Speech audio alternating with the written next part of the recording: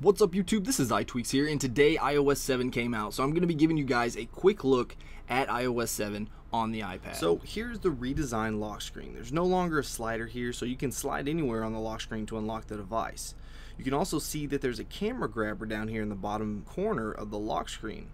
And if you don't open it up all the way, you're going to get a nice little bounce response when it closes back to the lock screen. So let's go ahead and unlock the device, and you'll notice a completely redesigned home screen.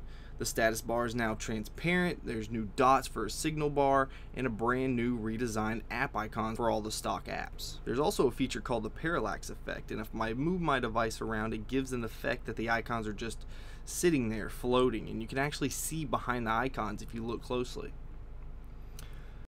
Now let's go into the settings here and go into brightness and wallpaper. There are now dynamic wallpapers, so if I go into them here, you'll notice all the different colors but the same wallpaper. And if I tap on one here, you can actually see the dots in the background moving around. Now this works on your lock screen and your springboard. Next up is the control center, which is accessible from the home screen, the lock screen, or within an app. And all you have to do is just slide up from the bottom here, and you'll get a transparent overlay that has a really high level of detail, and you'll notice a lot of thought has gone into this.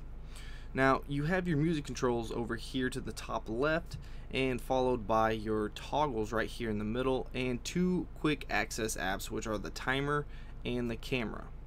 Now one thing that the iPad has that the iPhone doesn't have in iOS 7 in the control center is this little mute slider over here. And following that to the right will be your AirPlay toggle and your brightness slider. So next we'll go into the app switcher here just by double pressing the home button, and you'll see an all new card based interface.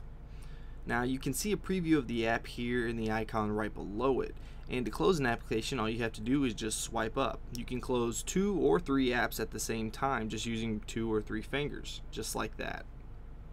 Now if we open up the camera here, you're going to notice a brand new interface that allows you to swipe up, swipe down, to change it from photo, video, square photo. Now you also have an option for HDR photos, which is new for the iPad.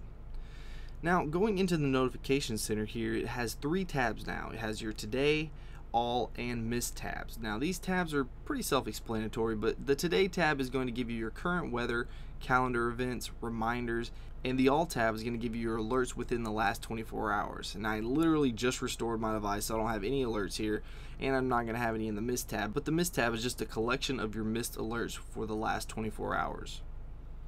Now jumping into the Safari app, you're going to have a different UI than the iPhone for the tabs, but just tap this little plus and it's going to open up a new tab, and you'll have access to your favorites as well, and an option down here in the bottom left corner to turn on private browsing. Now if you tap that, then you're going to get a darker UI. That way you're able to tell if you're in private browsing or if you're using the regular browsing. And you'll notice here that you don't have a search field anymore. Actually, you have a smart search field, and instead of using a search bar and a URL bar, they're actually one and the same now. Now also tapping here on your bookmarks, you have access to all your bookmarks and your reading list here. Now if we go into Siri, she has a brand new interface with multiple new voice commands integrated with Bing searches and Wikipedia. So there's a whole lot of new things with Siri that you need to check out.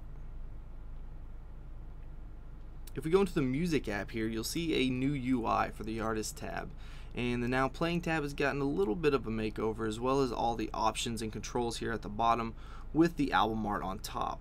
Now let's go back to the lock screen here, and if we look at the now playing widget, you can see there's a scrubber up here at the top, so you can jump to a certain point in the song if you'd like to do that straight from the lock screen.